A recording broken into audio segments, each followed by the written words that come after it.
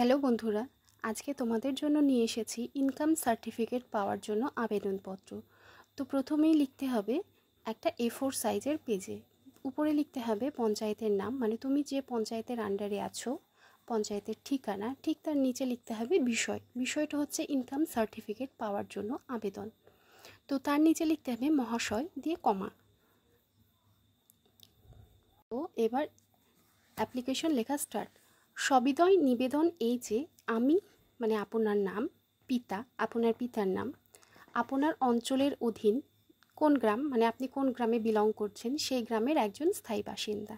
আমার পরিবারের বর্তমান আয় বছরে, মানে বছরে যত টাকা ইনকাম করেন সেটা, যে প্রয়োজনে লাগবে সেটা লিখতে হবে। এর কারণে আমার ইনকাম সার্টিফিকেট প্রয়োজন।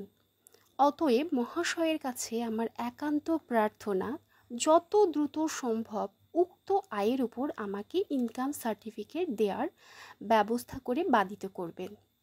নিচে লিখতে হবে বিনীত আপনার নাম, আপনার মোবাইল নাম্বার,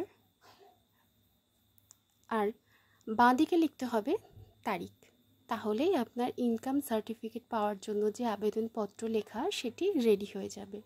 ভিডিওটি ভালো লাগলে লাইক, শেয়ার অ্যান্ড কমেন্ট করে যাবেন। ধন্যবাদ।